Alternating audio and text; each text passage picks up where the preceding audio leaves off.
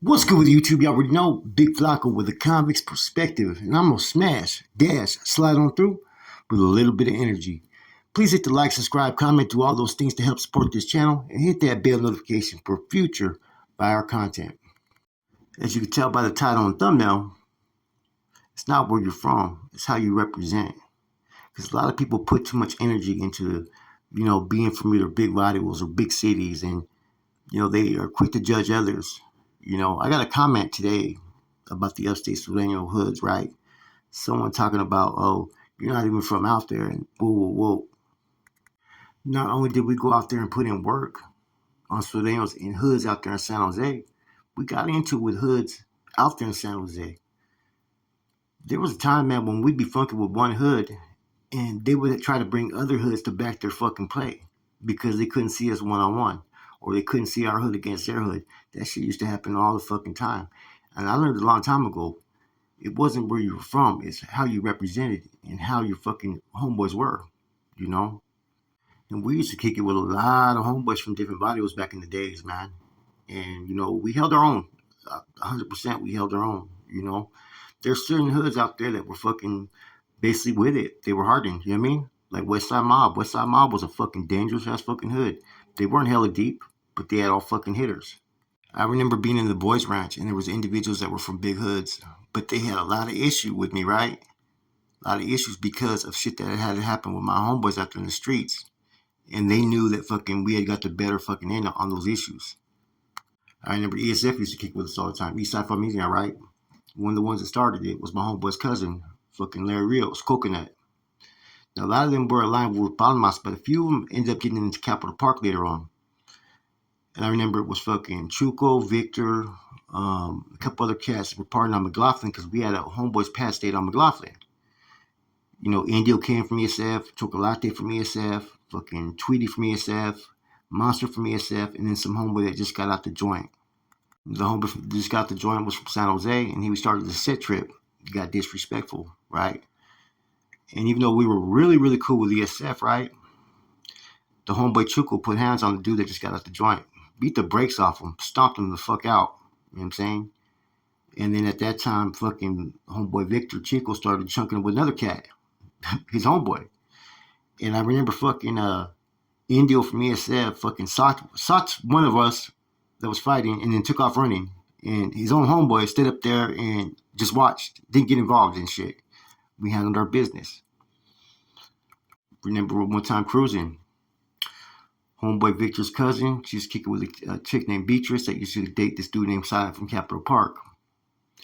Now Silent ended up stabbing her fucking tires because they were cruising with us, right? I remember about only 7 of us fucking ran and chased fucking Silent all the way to where Church's Chickens was at, right? And all Capitol Park was there. About 30 of them. We were with the homeboy Leonard, right? Who was from Capitol Park. Used to run with fucking Turtle back in the days, you know what I mean? Was one of the ones that put Capitol Park on the map back in the 90s. And he was letting them know he's from Capitol Park, you know what I mean? We ran up about 7 of us, 30 of them. And I remember they wouldn't let fucking Silent fight my homeboy Little Man Armando. He wanted to chunk him with that dude. He was calling him out. Motherfuckers did not want to let fucking Armando see him one-on-one because Armando would have beat the shit out of him. Like I said, another issue got squashed, but we handled our own. San Antonio King, 1996. Was out there cruising. Homeboy fucking Little Man Armando, he had an old lady that used to stay right there on her name was Sylvia. And she used to stay right there off Ocala back in the days, right? He seen her out there cruising, so he started checking his old lady. She seen some bra that she wanted to fight, and she started beating the shit out this bitch. I guess her old man or cousin tried to fucking put hands on homeboy's lady, and it kicked off from there. A little melee with some homeboys from San Jose. In the aftermath, 2 of them got stabbed. You know what I'm saying? We ran them off the fucking block right there on San Antonio King. That fucking very next week, now this is a big taqueria on San Antonio King, we put big block letters, fucking V, Milpas L's, XIV. Because we wanted motherfuckers to know that we were going to be back. And we were back that fucking weekend after shit kicked off. That alone, I'm surprised didn't kick off some shit because that was kind of disrespectful towards homeboys on the east side of San Jose, but it really wasn't directed towards anybody. Which is, no, we're not running from nobody. I really believe, man, the homeboy that we had, Little Man Armando, was the one that kind of fucking made us the way that we were because the motherfucker was straight with the shit. He'd walk down the street, fucking straight moshing, going like fucking like he knew he was with the shit. He knew he was fucking, with it. It didn't matter where he was at. He could be anywhere. That's the type of fucking persona he had. You know what I mean? And he wasn't running from anything or anybody. It was either Boulevard Nights or September 16th and shit when the Sureños started to rush downtown. There was a lot of Norteños that were fucking backing up. And that's the fucking truth. Right? Him and a couple homeboys from different hoods in San Jose, right, that were fucking with it. They were the ones that kickstart that shit. I witnessed it. I was there because I was one of the ones that was fucking teeter-tottering backwards, ready to get off, right? But I was fucking still a kid. I witnessed that shit with my own eyes. Homeboy didn't give a fuck, and there was hella Southsiders. Him and just a couple others were the ones that kicked it off, man. Otherwise, the motherfucking Southsiders were going to overtake downtown that time. This was in 95. Because of the homeboy Mondo, man, we really could hold our own against anybody, man. And that's just the fucking truth. That's 100% fucking facts. It was open terrain out there, like in, Santa Clara County. You had some hitters out there in Gilroy as well. You had some of the small vitals that were with, like, Montalban, right? Like, the bigger known hoods in San Jose were probably anywhere from 30 to 50 deep. Settle. They don't get, like, big like in Los Angeles, right? So when you got 25, 30 deep in your own fucking hood, you can pretty much handle your fucking own against pretty much anybody if you got the right people. And see, we had the right individual within our hood that kind of used to motivate us by seeing the shit that he would do. He was with the shit, straight up. Anybody that knows who I'm talking about or been around him back in the days, that motherfucker was with it. So I remember back in 92, 93, we were supposed to hook up with Capitol Park. You know what I'm saying? Based upon the relationship we had with Leonard and shit, man. I think what happened was as though that they wanted us to be Colonial Maravilla or something like that. I forgot what it was. But we were rocking with them because of Leonard. When I was in the boys ranch, this was kind of even further confirmed when I was there with fucking Bart from Capitol Park. He goes, yeah, we were supposed to hook up with you dudes, with the Vatos from Milpas because of Leonard. I go, yeah. So people knew we was out there. You know what I'm saying? So, like, most of us grew up in the town, and then by high school, sophomore, junior years, we all grew up in one little section that was pretty poor out there in Milpitas, which was Selwyn, Shirley Drive, Edsel. A lot of homeboys ended up moving to San Jose because they were able to get fucking bigger houses. Their families were, you know what I'm saying, instead of a small apartment in the hood in Milpitas. So we had a lot of homeboys that were living out there, on the east side and stuff that were from the hood still banging milpas. And there was older homeboys that moved out there as well. So when people start to sit there and judge people because they're from a small town or, they're not from the big city or from the big hood, all that shit, man, it doesn't mean shit, man, to be honest with you. I've seen cats from these big hoods fucking fold, and I've seen them also be fucking straight hitters as well. Balmas used to have a lot of fucking hitters back in the days. East side hoods. Park, Mas Locals. But it doesn't mean that none of those hoods could be fucking got anytime. You know what I'm saying? Because shit happens. Just like sometimes the other hoods got the better end of us every once in a while. It happens. You know what I mean? I remember the bar Little Frank's right there in Milpitas. Cats from Mas Locals were there. They brought in some beer. They disrespected the bartenders there. We knew the owners. The homeless checked the dudes from Mas Locals. They got stupid. Next thing you know, they got smashed on. Shit happens. Like I said, anybody can get it. And it's not where you're from. It's what you represent and how you represent. If you got hitters in your squad, you running with riders, you're going to be viewed as that. Like I said, there are some dudes that would get jumped in some big hoods sometimes, right? And they use that hood's name as a fucking shield. And then you catch them one-on-one on some bullshit and they turn weenies, right? They were living off some other homeboy that was putting in work for the hoods, fucking sweat and blood. And that happened a lot.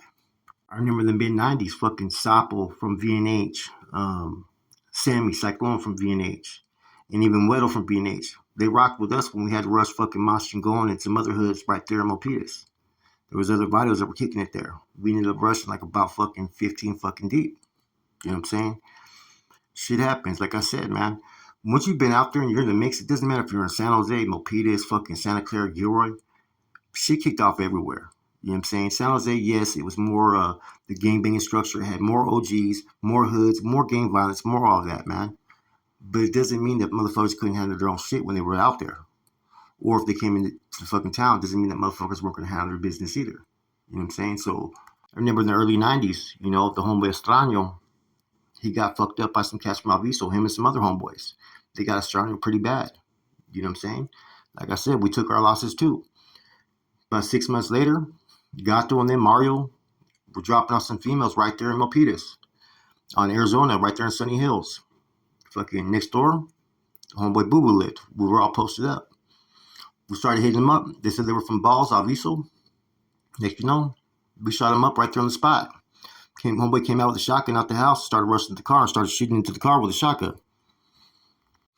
One time the hoods came up on the block because some shit had happened with homeboy Leonard and shit.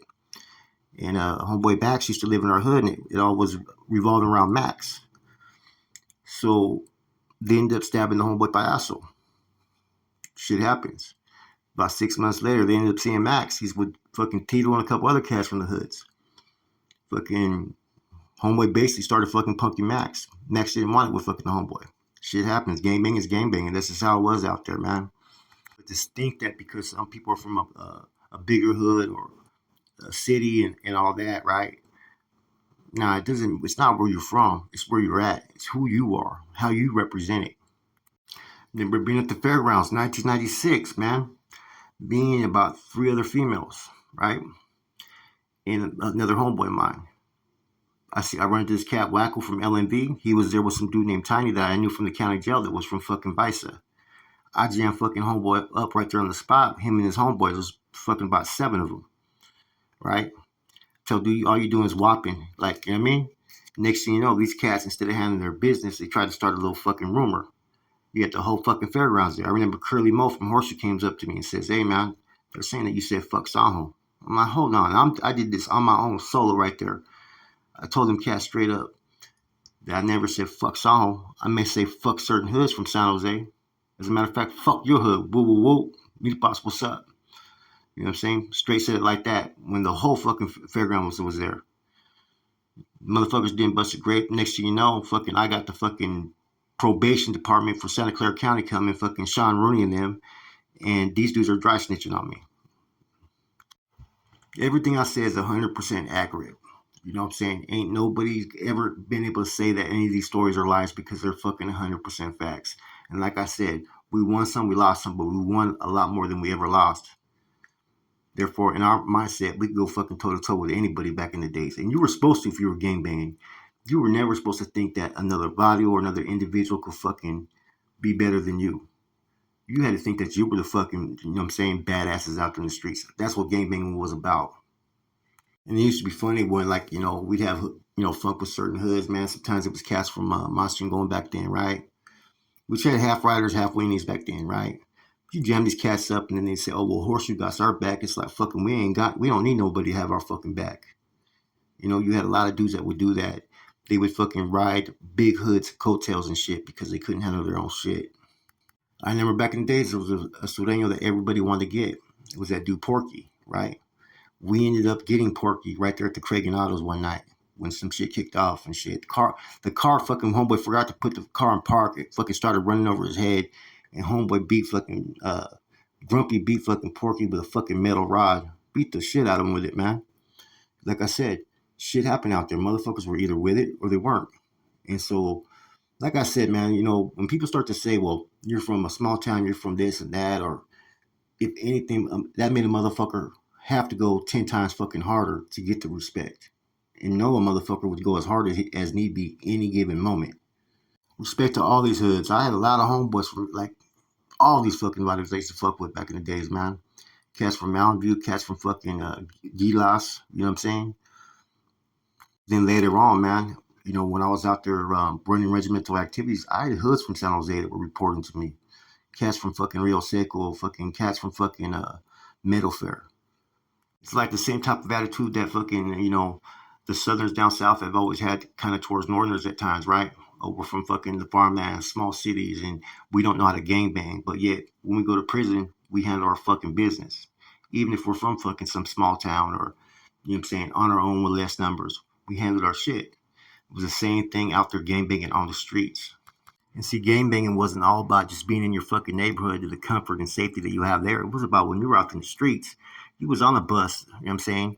You was downtown cruising or on King Road, and you never knew who you were going to run into or what funk may kick off. That's how it was in the 90s. Like I said, there were some bigger hoods that had a lot of respect because they earned it. You know, the Mob, Horseshoe, Capitol Park, Moss Locals, BES, um, Bon Mas, Meadow Fair. But there was also hoods that were smaller that held their own against whoever. Barrio 14 Locals, I remember them back in the days. Lockridge, LNLs, Barrio Montalban, Barrio Grande Tierra, all these hoods, man. Like I said, there was other hoods that were fucking weak. Let's just keep it real. Let's keep it 100, man. Not everybody just had it in them, and that was just the truth of it.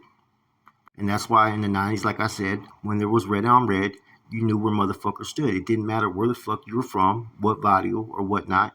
You as a man were gonna get tested. And if you fucking cowered out, your own fucking hood was gonna drop you level. Once again, respect to all the hoods, man. And I brought up some examples. And it wasn't that like I said, those are true stories. I even brought up some examples that happened to us. Shit happened. You know what I'm saying? But nobody could say that a lot of us from different areas and shit weren't handling our shit, weren't out there gangbanging. And just because we may have not been from a town, a city, right, doesn't mean that we weren't putting in work on Southsiders out there. That was happening all the fucking time. We didn't get Southsiders really in our town till around the 2000s. Then we started to have a little bit small, group that pretty much individuals coming from San Jose. And then they decided to start a fucking hood called East Calaveras Locals. Out of all the Sureño Vados, man, that was probably one of the weakest Sureño Vados that there was, man. And I think any Sureños from fucking the Santa Clara County will fucking admit that. Anyways, that lifestyle, man, only brought one thing. People doing prison time, homies catching life sentences, homies dying, man. I think now that, we experience what we experience, right? I think that now we're on a more mature level where we could reach out to the youth, right? And tell them, man, they don't have to make the mistakes that we made. It's not going to get better, you know? There's a lot of challenges out there fucking in these cities, right? And it's up to us to try to lead them in the right way. Because we went the wrong way and we seen what we got out of it, man. With that said, it's your boy Flacco, Convict's Perspective. I'm out.